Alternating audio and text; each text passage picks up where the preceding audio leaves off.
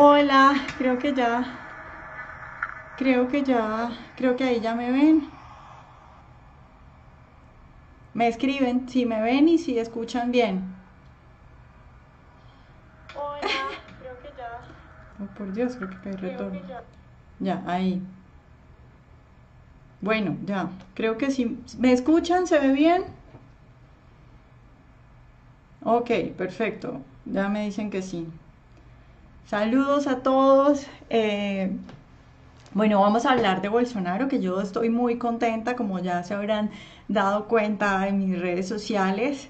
Estoy muy contenta no porque, a ver, no porque Bolsonaro tenga todo y sea perfecto y sea el ideal del libertarismo o todo lo que yo en la vida me soñé, que se oye borroso. Ah, bueno, no. ¿Quién dijo que se oía borroso? Juan Carlos, tienes tus problemas porque los demás dicen que se escucha bien. Entonces les estaba diciendo que estoy muy contenta por lo de Bolsonaro, como seguramente muchos de ustedes, y que no es porque Bolsonaro sea todo lo que yo haría de pronto si llegara a ser presidente algún día, o porque sea lo más perfecto del mundo, sino porque, bueno, en medio del contexto en el que estamos y de la situación de la región y de lo que uno ve normalmente de los políticos, pues evidentemente Bolsonaro es lo mejor en esa coyuntura. Pues no estoy diciendo que lo mejor del mundo y todo lo que yo quisiera que fuera un líder en un país.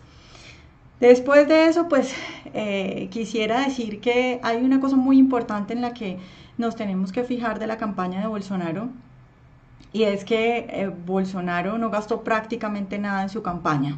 Es decir, tuvo una campaña de, miren esta cifra, 1 millón de reales. Eso es 580, no, 856 millones de pesos, que en dólares es 268.000 dólares. No recibió aportes del gobierno y su campaña fue fundamentalmente realizada desde abajo, desde la gente que se organizaba y hacía las cosas. Ahora, en comparación con eso, les estoy hablando de 1 millón de reales, que son 268.000 dólares. La campaña de Haddad costó 8.300.000 dólares, que son en pesos 26.563 millones de pesos colombianos y 31 millones de reales. Eso en unos pocos meses, porque recuerden ustedes que Lula hasta casi el final dijo que él se iba a presentar como presidente, y entonces Haddad solamente tuvo algunos meses para hacer una campaña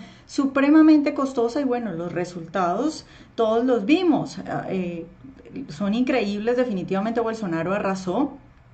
55.1% de los votos, eso es 57.797.456 votos, contra Fernando Haddad, que fue el 44.9%, que es 47.040.000 votos. Eso quiere decir que Bolsonaro sacó 10 millones de votos más. O sea, Bolsonaro sin un peso, porque, o sea, la comparación de lo que se gastó es simplemente increíble. Sin un peso, con una campaña manejada principalmente desde redes sociales, porque ¿qué era lo que hacía este señor? Bueno, se conectaba 2 o 3 veces a la semana, hacía esto, Facebook Live, y hablaba con sus fans y contestaba preguntas y salía a veces con el ministro de Hacienda contando lo que iba a hacer. Esa fue la campaña, porque además recuerden ustedes que tuvo un atentado, que un seguidor de Lula pues le enterró un cuchillo y casi lo mata, entonces él además no podía salir. Entonces una campaña supremamente pobre en recursos y además hecha a punta de redes sociales logra semejante cosa. Y si a eso ustedes le suman que la campaña estuvo llena de cosas sucias, o si quieren no las llamemos sucias, pero sí muchos ataques de prensa, toda la prensa en contra de Bolsonaro, que además con cosas que definitivamente le podían sacar, es decir, los audios en los que él, por ejemplo, dice que a él no le gustaría tener un hijo homosexual, es decir, cosas que uno entiende que podían perjudicar su campaña, con todo eso en contra. Y además, sumémosle también un programa de gobierno, una intención de aplicar liberalismo económico, capitalismo salvaje, decir que va a poner de ministro de Hacienda un Chicago Boy, pues bueno, todo el mundo el neoliberalismo y no sé qué, y los empresarios ricos y todo eso, es decir, tiene un montón de cosas encima que parecieran indicar o que hubieran hecho pensar a alguien que esa campaña no iba a funcionar. Sin embargo, pues los resultados son increíbles.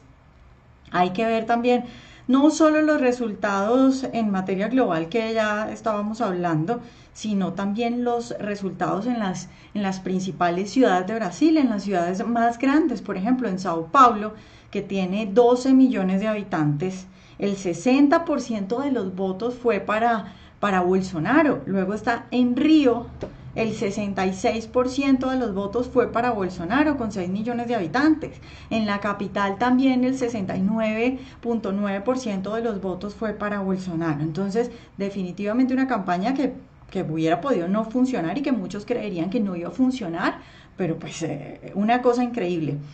Ahora, esto nos muestra una cosa muy importante, y es que la situación y las cosas en política y en comunicaciones ya cambiaron completamente de historia. Es decir, esto ya no es lo mismo de antes. A mí siempre que me invitan a dar conferencias sobre manejo de medios y todas estas cosas, digo yo, las cosas ya cambiaron. Antes, para usted tener un puesto en la radio, tener un puesto en la televisión, tenía que tener dinero, contactos, familia, ser amiga de alguno de los de la televisión. Resulta que ya no. Bueno, los que me están viendo que están en Colombia, saben, por ejemplo, el caso de Miguel Polo Polo, que es un youtuber, un muchacho que es pues de una familia humilde y bueno, ha logrado tantos seguidores que resulta que es el Centro Democrático el que lo tiene que llamar y decirle, mire, hablemos. Es decir, las redes sociales ahora nos han dado un poder increíble que antes no se podía. Antes usted, para ser un político importante o salir en un medio importante, tenía que tener dinero, tenía que tener familia importante. Ya no, miren lo que ha logrado Bolsonaro con eso. Entonces, es una cosa muy hermosa de la campaña, sin dinero y a punta de redes sociales. Ahora, hablemos un poco de las fuertes declaraciones de Bolsonaro. Hablemos, por ejemplo, de eso de que le dijo a una diputada que él no la violaría porque ella no se lo merece. A ver, a mí me sorprende bastante que haya gente escandalizada por eso. Porque miren, el otro día estaba hablando con un amigo y me decía, ¿cómo puedes apoyar a Bolsonaro, tú que eres mujer, que le dijo a una diputada que ella no merecía ser violada? Bueno, yo le dije, ¿tú te acuerdas el otro día que tú me hablabas de que a cierta amiga de nosotros que es muy fea, tú ni borracho estarías con ella, ni borracho tendrías sexo con ella? Bueno, es más o menos el mismo comentario. Ahora pongamos en contexto lo que dijo Bolsonaro respecto a esta diputada. Lo que en realidad sucedió, miren cómo ocultan los medios la información, ¿no? Porque también hay que decir que eso de la imparcialidad no existe. Es decir, desde que uno selecciona la información que va a dar, uno ya está siendo parcial, porque yo puedo seleccionar la información según mi conveniencia. Y eso fue lo que hicieron en Brasil los medios, y bueno, en toda Latinoamérica y en todas partes, prácticamente todos los medios están escandalizados porque se va a acabar el mundo, como dijo Petro, por culpa de Bolsonaro. Entonces, ¿qué dijeron los medios? Bueno, que una diputada, que Bolsonaro le dijo a una diputada que él no la violaría porque ella no se lo merecía. Bueno, resulta que se les olvidó contar a los medios de comunicación que la diputada le había dicho antes a él que él era un violador. Entonces, cuando ella le dice que él es un violador, luego él llega y le dice, bueno, yo no soy un violador, pero si fuera un violador, yo no te violaría porque no te lo mereces. Entonces, a ver, es una reacción, digamos, ustedes le pueden pedir más formas, le pueden pedir que se calme, pero creo que es una reacción completamente entendible y un pensamiento que bueno, en otro sentido, pero a muchos les ha pasado por la cabeza, como lo que les contaba de mi amigo que decía, bueno, yo a esa mujer me parece muy fea y yo simplemente nunca estaría con ella. Entonces, una cosa escandalosa, que todo el mundo se escandaliza por eso y yo definitivamente no entiendo. Primero, no buscan la información como es y segundo, pues a ver, aterricemos, cualquiera se le ha pasado por la cabeza un sentimiento de eso o si lo acusaran de violador seguramente sería muy parecida la reacción. Ahora, los medios se dedicaron a decirle homofóbico, misógino y racista. De ahí no pasaron. Nunca se habló del programa de gobierno, nunca se habló de sus propuestas. A mí muchas veces me escriben en redes sociales: no, es que él no propone nada de fondo, simplemente es violencia, no sé qué. Claro, yo entiendo que la gente diga que él no propone nada, porque es que los medios nunca hablaron de su programa. Entonces, pues solamente la gente que se ocupó en leer su programa se da cuenta que definitivamente tiene una propuesta y una propuesta demasiado sólida. Ahora, voy a explicar lo fundamental de su plan de gobierno, que les quiero decir que definitivamente a mí me da emoción leer eso, me emociona leyendo ese plan de gobierno, que si lo va a cumplir al pie de la letra o no, que si va a poder cumplirlo o no, pues bueno, no sé, vamos por partes, pero el plan de gobierno, lo que está escrito, lo que él ha publicado, es simplemente increíble, o sea, a mí me emociona. Entonces les iba a decir que antes de eso quisiera hablar de esto, de la homofobia, de que es misógino y de que es racista. A ver, supongamos que sí, supongamos que es homofóbico, misógino y racista. O supongamos que la gente en Brasil de verdad se creyó eso de que era homofóbico, misógino y racista. ¿Ustedes creen que las mujeres no comen, que las mujeres no salen a bailar, no salen a cenar, que las mujeres no trabajan? ¿Ustedes creen que los gays no salen a la calle y no quieren salir a las 3 de la mañana de una discoteca y poder estar tranquilos sin pensar que alguien los va a matar o que los va a robar o que los negros no quieren tener dinero en su bolsillo y pasarla bien? Bueno, las mujeres, los homosexuales y los negros pues también comen, bueno, comemos, porque yo soy mujer, entonces me incluyo en ese grupo, comemos, salimos a bailar, queremos tener un buen trabajo, queremos tener dinero. Entonces, ¿qué pasó? Y yo no sé si ustedes vieron la foto que yo publiqué de Bolsonaro con un homosexual que es como un travesti, pues está pintado y se maquilla como una mujer y es un influenciador pues muy famoso en Brasil. Bueno, lo que dijo este muchacho, que me pareció muy inteligente y que tiene toda la razón y que era lo que yo suponía y lo que me preguntaba en el fondo, lo que dijo este muchacho fue, bueno, más allá de todo, resulta que es que los homosexuales somos personas normales y los homosexuales queremos una buena economía y queremos un buen trabajo. Y resulta que entonces, supongamos que que un grupo de gente creyó que Bolsonaro era homofóbico, racista y misógino. Bueno, pues esa gente, a pesar de que creyó eso, dice, bueno, pero es que yo quiero un trabajo, bueno, pero es que yo quiero tener prosperidad, pero es que yo quiero salir a la calle y que no me roben. Entonces, ¿qué me importa si es homofóbico? ¿Qué me importa si es racista? ¿O qué me importa si es misógino? O sea, yo soy pecosa, por ejemplo, si Bolsonaro hubiera dicho, es que yo no quiero tener una hija pecosa, lo pongo en comparación porque él dijo que a él no le gustaría tener un hijo gay. Si Bolsonaro hubiera dicho, es que yo no quisiera tener una hija pecosa, yo como votante, si fuera brasileña, hubiera dicho, pues qué, pues eso es un gusto de él, con tal de que no diga que va a matar a las pecosas, o con tal de que no diga que va a poner un impuesto, un castigo a los empresarios que contraten pecosas, no me importa si él quiere o no quiere hijas pecosas.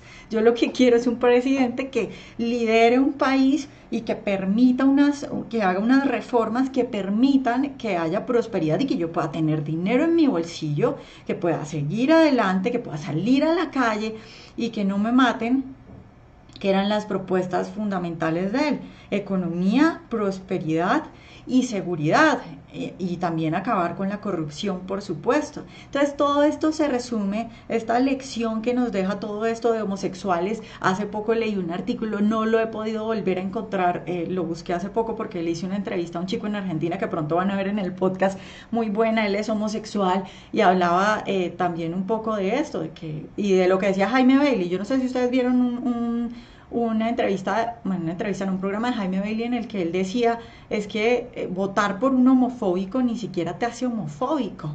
Entonces, pues, bueno, el artículo que les dije que leí decía que homosexuales y travestis iban a votar por Bolsonaro. Pues, claro, o sea, Primero, no todos se comieron ese cuento de que Bolsonaro es homofóbico, porque, a ver, empezando porque la palabra está mal, ¿no? O sea, la palabra homofobia intenta hacer creer que una persona con determinadas preferencias en su vida personal es una persona enferma mental y que además es peligrosa. Es un peligro ahí latente. Y eso no es cierto. Es decir, le dicen homofóbico, por ejemplo, a una viejita católica que no es que tenga una enfermedad mental, ni tampoco es un peligro para los homosexuales.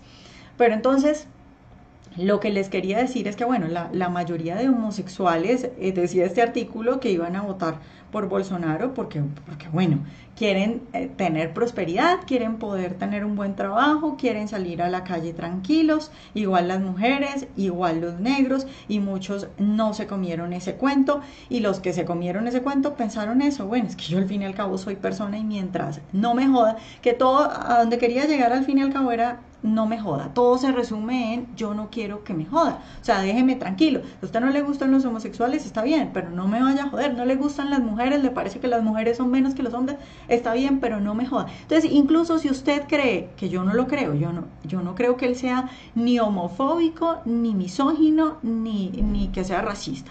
Pero si usted cree que es eso, piense en que este hombre nunca ha dicho que quiere matar homosexuales ni que quiere matar negros, sino que sus declaraciones se podrían interpretar, sí mucho, yo le puedo aceptar a alguien que me diga, en gustos personales, no en cosas que él vaya a pasar del ámbito personal al ámbito público. De hecho, si miramos el plan de gobierno, tiene varias aclaraciones sobre eso. A ver, miren, les leo esta. La libertad es un principio fundamental, libertad de ir y venir, caminar en las calles en todos los lugares de este país, libertad de emprender, libertad política y religiosa, libertad de hacer, formar y tener opinión, libertad de elección y ser respetado por ellas. Este es un país de todos nosotros, brasileños natos o de corazón, un Brasil de diversas opiniones, colores y orientaciones. Eso del final termina diciendo como es que, y es una pelea muy común dentro de los liberales, que si homosexuales sí, que si homosexuales no, que si nos caen bien o que si no, que esas son cuestiones de gustos personales, de si usted quiere o no quiere tener un hijo gay, es un gusto personal. En lo que nos debemos unir es que cada quien debe poder hacer lo que quiera. Y que es al final la propuesta de Bolsonaro. Miren esto, los frutos, esto que les estoy leyendo es de su plan de gobierno, lo estoy leyendo textual. Los frutos de nuestras elecciones afectivas tienen nombre, familia. Sea como sea, es sagrada y el Estado no debe interferir en nuestras vidas. Es decir, no solo las declaraciones, esas polémicas que ha dado, es evidente que son preferencias en el campo personal, sino que en su plan de gobierno queda claro que él no quiere dañar a las personas ni interferir en el proyecto personal de cada uno. Habiendo aclarado eso, voy a pasar rápidamente a contarles los puntos principales de sus dos columnas de gobierno, que son seguridad y economía. En seguridad, él habla del libre porte de armas, o por lo menos he escuchado diferentes versiones, supongo que eso dependerá de qué tanto le aprueben en el Congreso, o por lo menos de facilidad para que las personas puedan tener armas y que aquella persona que defienda su vida o defienda la vida y propiedad de un tercero no sea tratada como un delincuente, sino como un héroe, que eso yo diría que es básico. Y a pesar de que a mí me parece básico, pues resulta que últimamente la gente ha perdido la noción de lo que es básico y natural, ¿no? En Colombia, por ejemplo, hace poco una escolta vio que estaban atracando a una mujer, le iban a robar su camioneta, el escolta se baja del carro en el que está y le dispara a los ladrones. Bueno, el escolta lo empapelaron y lo pusieron en un montón de problemas, afortunadamente, y sobre todo por gran parte en presión social, por presión social, bueno, tuvieron que liberarlo. Pero no es posible que una persona que en realidad es un héroe sea puesta en duda su valentía, sea puesta en duda su forma de actuar. Y bueno, eso es lo que dice Bolsonaro. Ahora, entonces tiene varias cosas importantes. Por ejemplo, dice, capturar y dejar preso, acabar con la progresión de plumas y las salidas temporales. Eso es una cosa muy importante porque resulta que el nivel de violencia que hay en una sociedad depende del nivel de justicia que haya en la misma. Es decir, si usted sabe que si hace algo malo va a tener un castigo, que es muy probable que lo castiguen, pues usted no se arriesga. Si usted sabe que la probabilidad de que lo metan a la cárcel o que tenga un castigo por hacer algo malo es muy pequeña, pues usted lo hace. Un análisis costo-beneficio sencillo, ¿no? Bueno, otras personas nos regimos por valores, pero digamos que hay personas que funcionan así, por costo-beneficio, y entonces en ese sentido, que las personas que sean capturadas sean efectivamente juzgadas, es muy importante. En Colombia siempre se quejan de eso, supongo que sucederá lo mismo en sus países, que capturan al delincuente, la gente llama, viene la policía, se lo llevan, pero resulta que a los 2 días está libre. Eso no puede pasar y es una de las propuestas de Bolsonaro en materia de seguridad. Luego habla de reducir la mayoría de edad penal a 16 años. Yo siempre me he preguntado ¿por qué sucede eso? O sea, no entiendo por qué 18 años. Es decir, en Colombia, y supongo de igual manera que sucederá en todos los países porque es una cuestión de incentivos. En Colombia ponen a robar a niños menores de 18 años porque les dicen a usted no le va a pasar nada porque es menor de edad. Entonces, por ejemplo, me decía el otro día un amigo, los ladrones más peligrosos son los niños, los chiquitos, porque a ellos no les importa matar porque saben que los van a soltar, ni siquiera van a terminar en la cárcel. Entonces, bajar la edad penal a 16 años me parece muy bueno también. Luego habla de reformular el estatuto de desarme para garantizar el derecho del ciudadano a la legítima defensa suya, de sus familiares, su propiedad y la de terceros.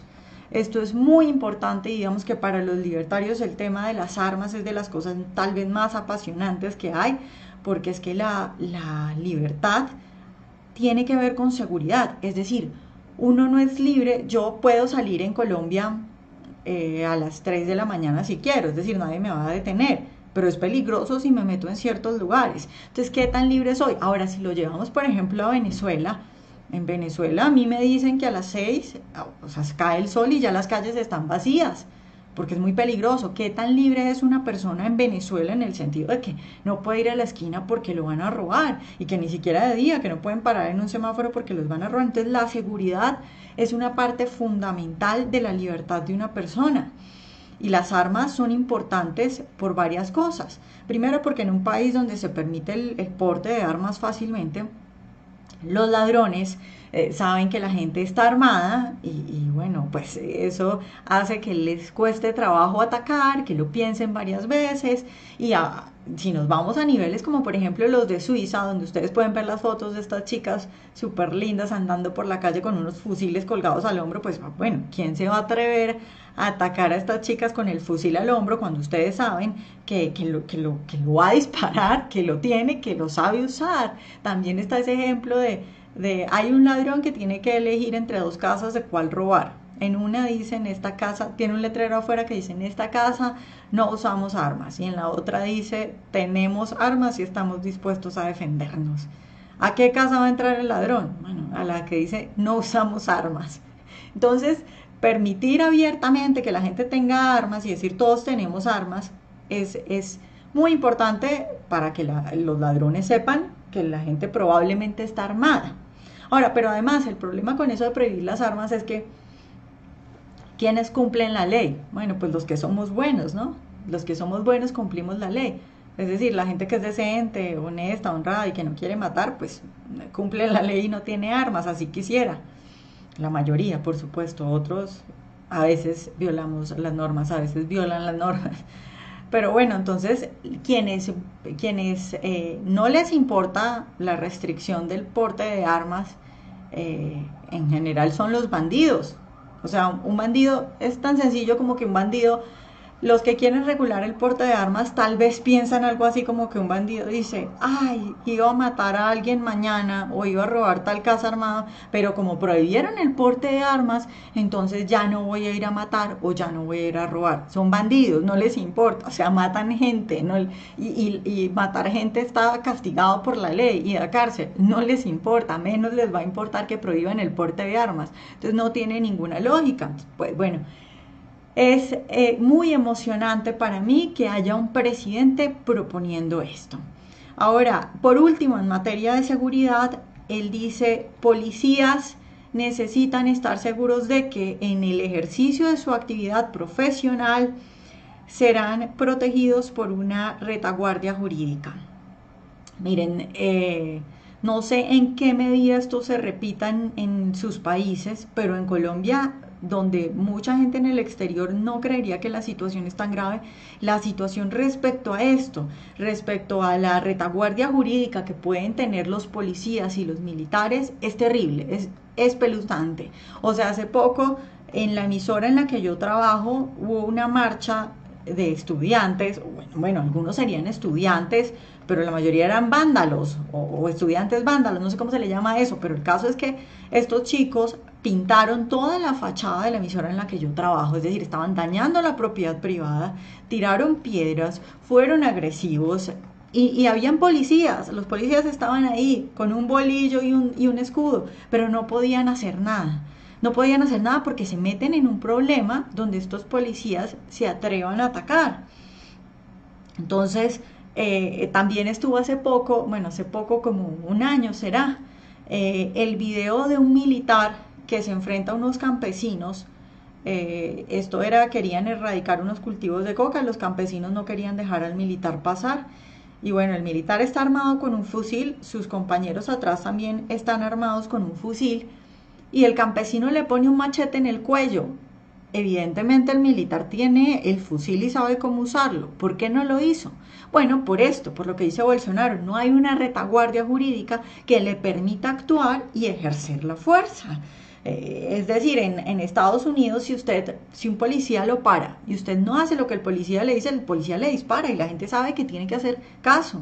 Bueno, acá no pasa eso. Acá los estudiantes pueden tirarle piedras a los policías, pueden dañar las emisoras en una marcha, dañar la propiedad privada y nadie puede hacer nada. Pueden ponerle un machete en el cuello a un militar y lo que tiene que hacer el militar es quedarse quieto o retroceder. Eso es en materia de seguridad. Ya para terminar hablemos de la economía, que es, bueno, también iba a decir que es lo más impactante, pero es que todo es impactante. A mí de verdad me impresiona mucho este plan de gobierno. Economía. Miren cómo empieza la parte de economía del plan de gobierno de Bolsonaro. Dice, las economías de mercado son históricamente el mayor instrumento de generación de ingresos, empleo, prosperidad e inclusión social.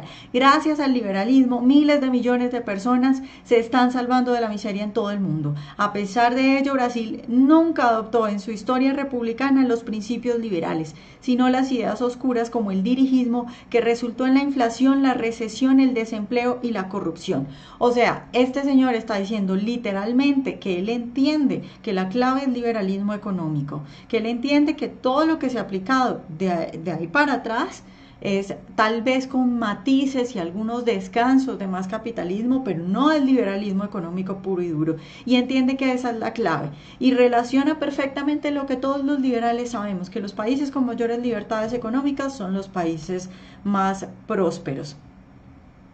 Miren esto, en las últimas décadas el gobierno federal se concentró en la recaudación de tributos, creando burocracia e ineficiencia para controlar los entes federados. Queremos una federación de verdad. Los recursos deben estar cerca de las personas, serán liberados automáticamente y sin intermediarios para los alcaldes y gobernadores. Las obras y servicios públicos serán más baratos y con mayor control social. Con eso de mayor control social se refiere a algo, no sé si ustedes han digamos, leído sobre, por ejemplo, los cantones en Suiza. Entonces, cuando usted tiene más cerca al gobernante, a la persona que maneja el dinero que a usted previamente le han quitado mediante impuestos, le han robado, porque bueno, es así, ¿no? Usted puede estar o no de acuerdo, pero literalmente, en castizo, eso es robo. Es decir, si yo no pago mis impuestos, me meten a la cárcel, me ponen una multa, me cortan todo, no sé. Es un robo, es una imposición. Entonces, lo que dice el mayor control social se refiere a algo parecido a los cantones en Suiza, donde la gente puede tener cerca al que maneja su dinero, al que le ha quitado su dinero, y puede saber si ese funciona o no. Es decir, sabe quién es el responsable de ese puente que no se hizo, de esa calle que se tapó pero al mes ya no funciona y está llena de huecos, de la plata que se perdió, y entonces puede ejercer mayor control social. Cuando todo está manejado desde por allá, el presidente y los ministros, pues no se puede ejercer control social. Y la gente además vota. Entonces, si un alcalde, que es el que maneja los recursos y que usted sabe que ese es el responsable del dinero que le han sacado, no hizo bien las cosas, pues usted en el próximo periodo lo castiga con su voto. O incluso en el federalismo, que es lo que propone, él habla de un gobierno federal, de verdad una federación. Dice, por ejemplo, más Brasil y menos Brasilia. En un gobierno de esos también existe el voto de a pie. ¿Qué quiere decir eso? Que usted, si no le gusta lo que está pasando en ese lugar, se va para otro lugar y la cosa puede ser radicalmente distinta, porque hay tanta descentralización que cada alcalde o cada gobernador puede hacer una política completamente distinta de la otra ciudad o del otro estado. Entonces, dependiendo de cómo funcionen las cosas, usted se va a ir para esos lugares. Eso se llama el voto con los pies. Y eso es lo que quiere Bolsonaro. Además habla de todo el dinero que se va en eso de la centralización, de recojamos todos los impuestos, tengamos un órgano, una burocracia enorme, centralizada, que maneje todo ese dinero y que diga a dónde mandarlo, porque es que además unos señores por allá en la capital de un país tan grande y en cualquier país, la federación siempre es buena. En cualquier país pues no saben cuáles son las necesidades del pueblito, del señor, de la ciudad, no tienen ni idea, están por allá, eso es simplemente planificación centralizada al extremo. Entonces, entre más se pueda atomizar, mejor. Esa propuesta a mí me parece muy buena. Dice, esta frase me encantó, dice, el gobierno se retira para que los ciudadanos puedan avanzar. Es alguien que entiende que la generación de riqueza está en el sector privado y no en el sector público. Que el gobierno y el Estado tienen que echar para atrás para que esos recursos estén donde tienen que estar, en la gente que los produce. Está esa frase tan bonita que tiene que ver con esto de que nadie maneja mejor su dinero que usted mismo. Usted es el que sabe cómo lo puede invertir, usted es el que lo cuida. Ustedes también han escuchado, bueno, la gente dice, o las señoras que tienen tienda y los señores que tienen negocios dicen, bueno, es que uno tiene que estar ahí pendiente porque si no el negocio se cae, solo uno cuida bien lo de uno. Entonces eso es esa frase del gobierno se retira para que los ciudadanos puedan avanzar.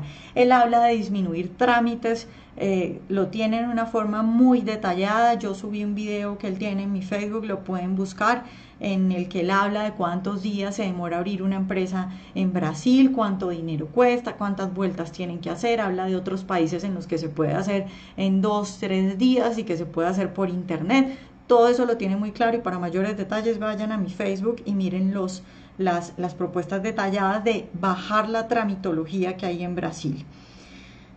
Luego habla de nuestra forma de unificar tributos y simplificar el sistema de tributo nacional. Incluye la reducción de la carga tributaria bruta brasileña paralela al control de gastos y programas de desburocratización y privatización. En su plan de gobierno, Bolsonaro habla de privatizar la mayor cantidad de empresas estatales posibles.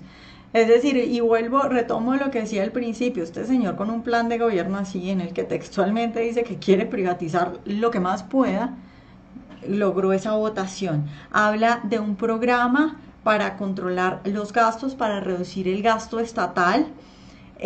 Habla de bajar la carga tributaria, de simplificación en los tributos. Él habla de un impuesto plano, que es buenísimo, es lo máximo. Ahora, esto de privatización de las empresas tiene además un plus, no solo es espectacular que diga que va a privatizar la mayor cantidad de empresas que pueda, sino que la pregunta es, claro, ¿qué hacer con ese dinero que se privatiza? Porque muchas veces, en eso también hay un debate entre los liberales, algún liberal muy conocido decía no hace mucho que privatizar no siempre es bueno, porque si el político de turno va a vender la empresa y se va a quedar él con el dinero, pues ¿qué hacemos? Ahora, ¿qué va a hacer Bolsonaro o su ministro de Hacienda con la plata de la privatización de la mayor cantidad de empresas estatales que pueda privatizar?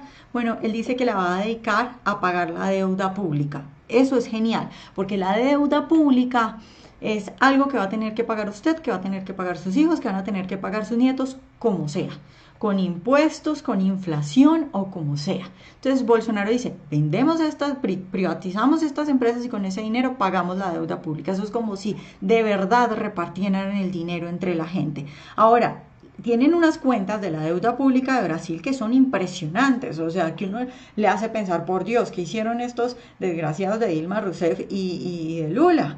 Miren esto, en intereses, solo intereses, la deuda pública de Brasil gasta anualmente un plan Marshall, 400 billones de reales al año, que son 107 billones de dólares al año solo en servicio de la deuda. Para que comparen, bueno, ya les dije, es un plan Marshall al año. Y para que comparen también les tengo esta. El gobierno de Estados Unidos gastó en la construcción de Afganistán 109 millones de dólares. Bueno, pues 107 billones de dólares al año cuesta el servicio de la deuda en Brasil, y Bolsonaro dice, privatizamos las empresas estatales y con eso pagamos la deuda. Foco, dice, generar más competencia. Al final, con más empresas compitiendo en el mercado, la situación del consumidor mejora y pasa a tener acceso a más opciones de mejor calidad y un precio más barato. ¿Qué quiere decir eso? Que hable de competencia quiere decir que no quiere proteger empresarios. Es decir, no vamos a proteger empresarios, estos gremios que no son competitivos, que no funcionan, sino que vamos a promover la competencia, que sea fácil crear una empresa para que cada vez vengan más competidores y que así los productos sean de mejor calidad y más baratos. Eso de la competencia es tan fundamental como que, a ver, supongan ustedes que ustedes tienen un negocio de lo que sea, que venden empanadas, arepas o lo que sea. Imaginen también que ustedes tienen a los clientes ya comprados, es decir, tienen unos clientes asegurados. El Estado le asegura unos clientes a usted. ¿Tiene usted algún objetivo, tiene algún incentivo, para bajarle el precio a las cosas o para atender mejor a sus clientes? ¿Para qué? ¿Para qué le bajar el precio a las cosas o para qué va a ofrecer una arepa más rica si usted tiene a los clientes ahí ya listos? Bueno, cuando a un presidente, por ejemplo, se le ocurre que es que hay que proteger la industria nacional del azúcar o de lo que a ustedes se les ocurra, y entonces ponemos aranceles y no dejamos entrar azúcar de ninguna parte, pues ¿qué es lo que pasa? Lo mismo del ejemplo que les acabo de dar con la arepa, pues que entonces los señores que producen azúcar tienen a su clientela forzada, cautiva, esa clientela es esclava. Entonces, ¿qué hace que los señores que producen azúcar puedan dar mejores productos o que puedan bajar el precio? Pues nada, ¿para qué se van a preocupar en eso? Bolsonaro entiende todo eso. Bueno, cuando yo digo Bolsonaro me refiero al gobierno de Bolsonaro. Yo no creo que él haya escrito eso lo escribió Paulo Guedes, que es un ministro de Hacienda. Pero Bolsonaro está de acuerdo porque eso está en su plan de gobierno. Entonces, el gobierno de Bolsonaro entiende que la competencia es fundamental y que para que haya competencia no pueden haber empresarios protegidos. De hecho, luego habla del comercio internacional y especifica estas cosas. Dice, una de las maneras más efectivas de promover el crecimiento económico a largo plazo es el comercio internacional. La evidencia empírica es robusta. Los países más abiertos son también los más ricos. Brasil es uno de los países menos abiertos al comercio internacional. Proponemos así la reducción de muchas alicuotas de importación y de barreras no arancelarias en paralelo con la constitución de nuevos acuerdos. Eso de barreras no arancelarias es muy importante, porque no es solo los aranceles que se ponen a los productos que vienen de otra parte para proteger a esos empresarios cochinos, ladrones y como los quieran llamar, que tienen a su público y a sus clientes cautivos, sino que estas barreras no arancelarias se refiere, por ejemplo, a los subsidios que se le da a ciertos empresarios para que sean competitivos cuando no lo son. Eso es mantener un negocio que no funciona simplemente por beneficiar a unos cuantos. Porque ahí está lo del problema de las pérdidas, de los beneficios distribuidos y las pérdidas concentradas. Porque es que cuando uno dice, bueno, si no son productivos, pues que cambien y vayan y hagan otra cosa. Entonces sale el señor del ingenio, supongamos, a decir, es que mi empresa crea no sé cuántos mil empleos y entonces estamos hablando del señor pobre que se va a quedar sin trabajo. Entonces la gente ve a esas personas en la televisión y dice, uy, sí, pobrecitos, estos empleados se van a quedar sin trabajo, pero nadie ve el otro lado, es decir, las pérdidas distribuidas, es decir, mantener a esos pocos, porque son pocos a comparación de toda la población de un país, a cambio de que toda la población de un país no pueda conseguir, por ejemplo, azúcar más barato y de mejor calidad, pues no tiene ningún sentido. Entonces, Bolsonaro entiende todo eso. También habla, para finalizar ya, de un modelo de capitalización, se refiere a la reforma pensional, de un modelo de capitalización en vez de un modelo de repartición. ¿Qué quiere decir eso? Bueno, en este momento lo que pasa con el sistema pensional en Brasil, como en Colombia, como en la mayoría de países, excepto en Chile, en la mayoría de países de la región me refiero, excepto en Chile, lo que pasa es que la plata que usted está ahorrando para pensionarse, esa plata no se la están guardando, esa plata no está en ninguna parte. Esa plata la están repartiendo entre la gente que se pensiona ahora. ¿Qué quiere decir eso? Que pues la plata que usted está dando cada mes para las pensiones no está en ninguna parte. No hay quien le asegure que usted la está ahorrando. O sea, no es como si usted la mete en un cochino y sabe que está ahí. No, esa plata ya la reparten. Apenas entra, se reparte. Por eso es un sistema de reparto, de repartición. Quiere pasar a un sistema de capitalización, que quiere decir que efectivamente la plata que usted ahorra se la guardan y la invierten en fondos y todas estas cosas, que es lo que pasó en Chile. Y termino con esto porque quiero enlazarlo con los Chicago Boys en Chile. Como ustedes saben, Chile es el país más desarrollado de la región. Chile llegó a alcanzar unos niveles de desarrollo increíbles, que bueno, la gente se venía de Europa para Chile, que era un país increíblemente rico gracias a los Chicago Boys.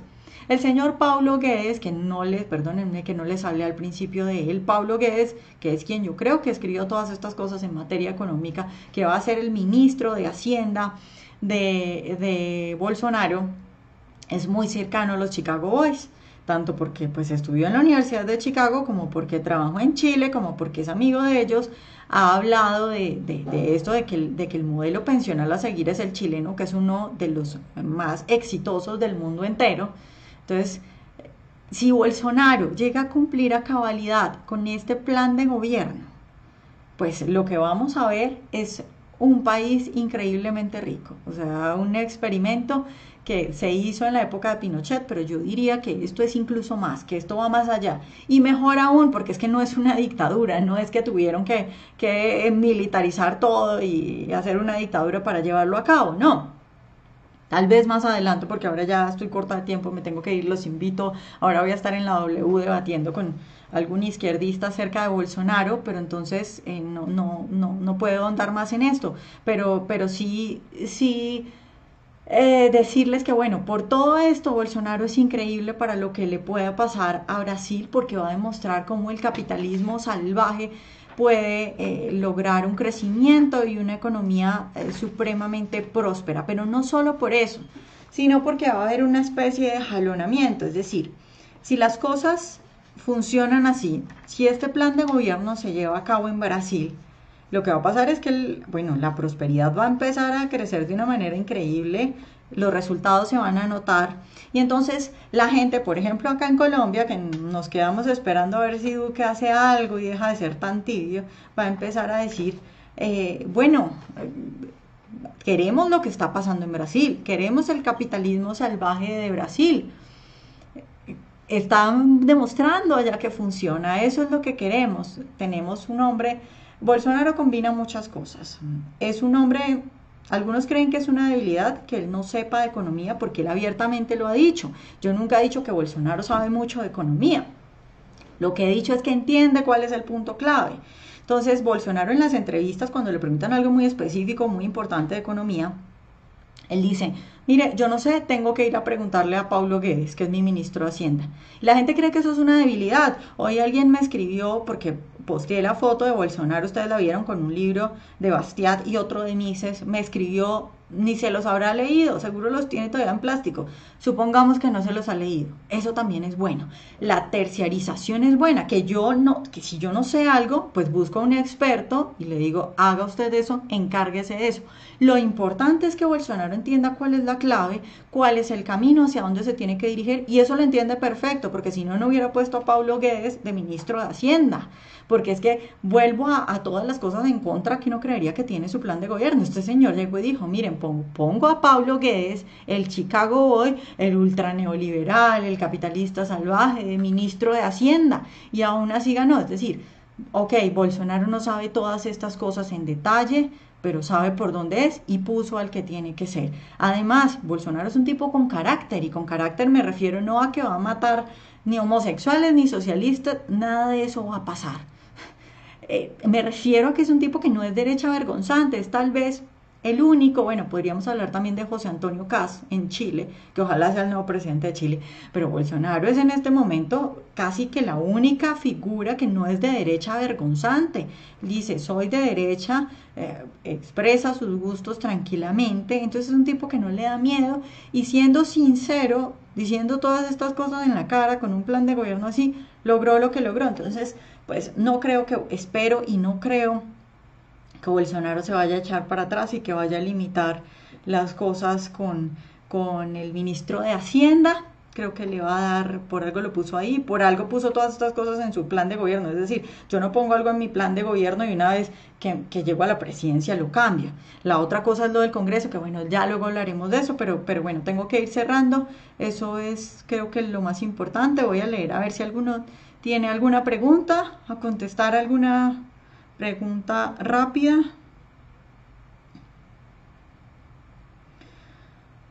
Meter los presos es suficiente. Yo no creo que... No sé de dónde sacan que Bolsonaro va a meter a alguien preso por ser de izquierda. A ver, que sea corrupto y que sea de izquierda, pues es una casualidad. No lo metió a la cárcel por ser de izquierda, lo metió por ser corrupto. Tengan paciencia con Duque. 1000 veces Duque que un Mujica. Bueno, aprovecho eso para decir, hay gente que me está... Sí, Kast 2022. Kast va a ser el presidente de Chile en 2022. Aprovecho lo de Duque, que me están diciendo que le tenga paciencia a Duque, que es mucho mejor que un Mujica. Bueno, pues, a ver, a mí me están diciendo, usted, me están como reclamando. Usted dijo que había que votar por Duque, usted dijo que usted votaba por Duque, y miren las que estamos. Claro, estamos muy mal, y yo cada que puedo critico, yo cada que me invitan a la radio digo que pues algún programa, además de todo lo que digo todos los días en el programa de radio en el que estoy, digo que por ejemplo la ministra de Trabajo no sabe nada de economía, digo que el ministro de Comercio Exterior es un proteccionista, todo eso lo digo abiertamente a donde sea que me inviten. Digo que Uribe está loco cuando dice que hay que aumentar el salario mínimo, y todo eso lo hago y todo eso hay que hacerlo. A ver, hay que entender que nosotros estábamos en una situación Petro-Duque, o sea, ahí va lo del comentario que me acaban de poner. Duque, igual, sea lo que sea, era mejor que Petro. Entonces, digamos, el mal menor, y hay que avanzar. Es decir, uno no se puede quedar diciendo, no, Duque es igual a Petro. No tiene ningún sentido eso. Entonces, en todo caso, no nos quedaba más. Eso era lo que teníamos que hacer. Ahora, pues hay que presionar para que Duque haga algo. Hay que criticarlo y hay que decirles las cosas. Sí, Exper 2023 en Argentina, sí.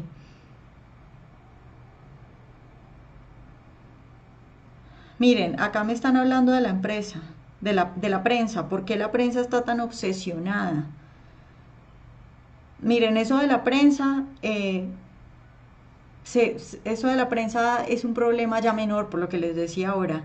Eh, Acabamos de ver un presidente, a Bolsonaro, un candidato que llegó a la presidencia con esa cantidad de votos, sin ni un peso, con toda la prensa, no la prensa no apoyando, no, la prensa toda encima, y a punta de redes sociales y a punta de esto llegó a la presidencia. Entonces, ya no nos preocupemos por la prensa, porque la prensa cada vez está más desprestigiada. Además, dándole tribuna a toda esta gente, miren, hoy Petro, Gustavo Petro, que era el otro que podía ser presidente, dijo que Bolsonaro ponía en riesgo la humanidad, que porque iba a acabar con el Amazonas, entonces que todos nos íbamos a morir.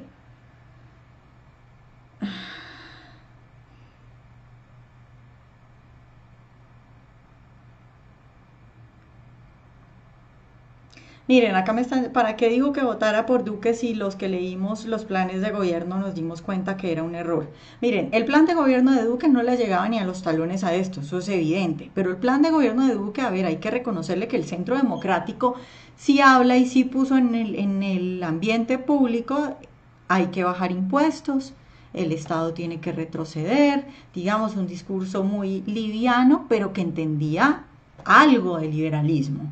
Entonces tenía algunas cosas buenas, de hecho yo por ejemplo a Duque le he escuchado hablar de obras por impuestos, es decir, empresarios no me paguen impuestos, hagan las obras, que es buenísimo, porque pues el Estado haciendo carreteras es lo peor y haciendo cualquier cosa es lo peor. Entonces, pues bueno, ¿qué hacemos? Primero era Duque o Petro y evidentemente Duque es lo mejor, era lo mejor que había.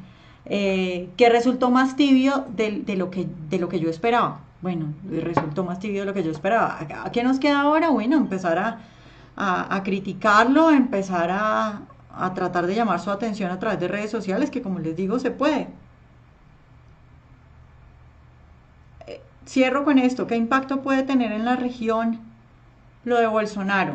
Y para eso quiero hablar, ya hablé de la influencia que puede ejercer en todos los países, porque cuando Brasil empiece a tener semejante prosperidad económica que le va a venir si cumple esto, pues todo el mundo le va a empezar a decir, bueno, eso es lo que funciona, queremos eso que hicieron en Brasil. Y eso que hicieron en Brasil está claro porque este señor lo tiene en un plan de gobierno completamente claro y abierto. O sea, no es alguien que se escondió y que con medias tintas para poder llegar a la presidencia y luego, ¡pum!, resultó un liberal. No, es un tipo que dice todo esto en el plan de gobierno. Cuando eso empiece a funcionar, la gente va a empezar a pedirle a sus gobernantes, quiero eso porque eso es lo que funciona. Pero además de eso, ya para cerrar, quiero hablar de Venezuela. De Venezuela, porque es muy importante para Venezuela que Bolsonaro haya ganado. Yo no sé, porque él tampoco lo ha dicho, por lo menos no abiertamente, o por lo menos no en todas las cosas que yo he revisado de él, no sé exactamente qué es lo que quiere hacer Bolsonaro con Venezuela, pero sí ha hablado de enterrar el Foro de Sao Paulo, de sacar a la luz quiénes son los que financian el Foro de Sao Paulo, qué proyectos hicieron, cómo los hicieron, ha hablado de que a Maduro hay que sacarlo, de que hay que liberar a Venezuela. Bolsonaro además es un ex militar, entonces yo creo que con Bolsonaro se abre la esperanza de que suceda algo en Venezuela. Hace poco les recomiendo, en el Pan Am Post se publicó un artículo de Gilberto, se llama él, sobre por qué Mises sí aprobaría una intervención en Venezuela.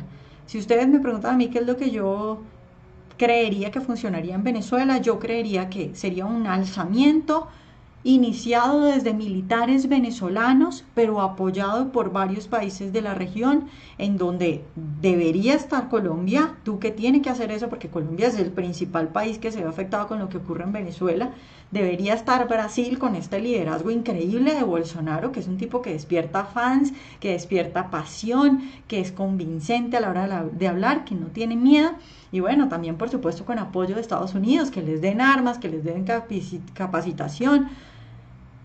Yo no creo ni que China ni que Irán vaya a intervenir a favor de Venezuela, no militarmente, y creo que es evidente que Venezuela y el ejército de Maduro no tiene cómo responder. Hace poco estalló como un petardo y todos salieron corriendo como si fueran gallinas, como si en un gallinero hubiera estallado una bomba.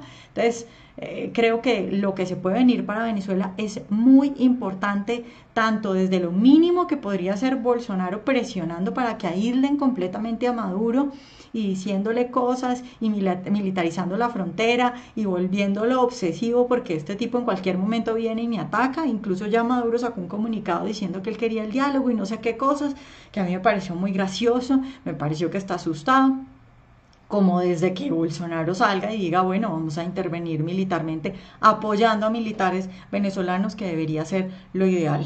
Bueno, ya los dejo porque me tengo que ir, los invito, ahora pongo el link, voy para la radio a hablar con un super mamerto sobre Bolsonaro, Y bueno, entonces nos vemos. Les pongo el link. Muchas gracias a todos y hablamos despuesito.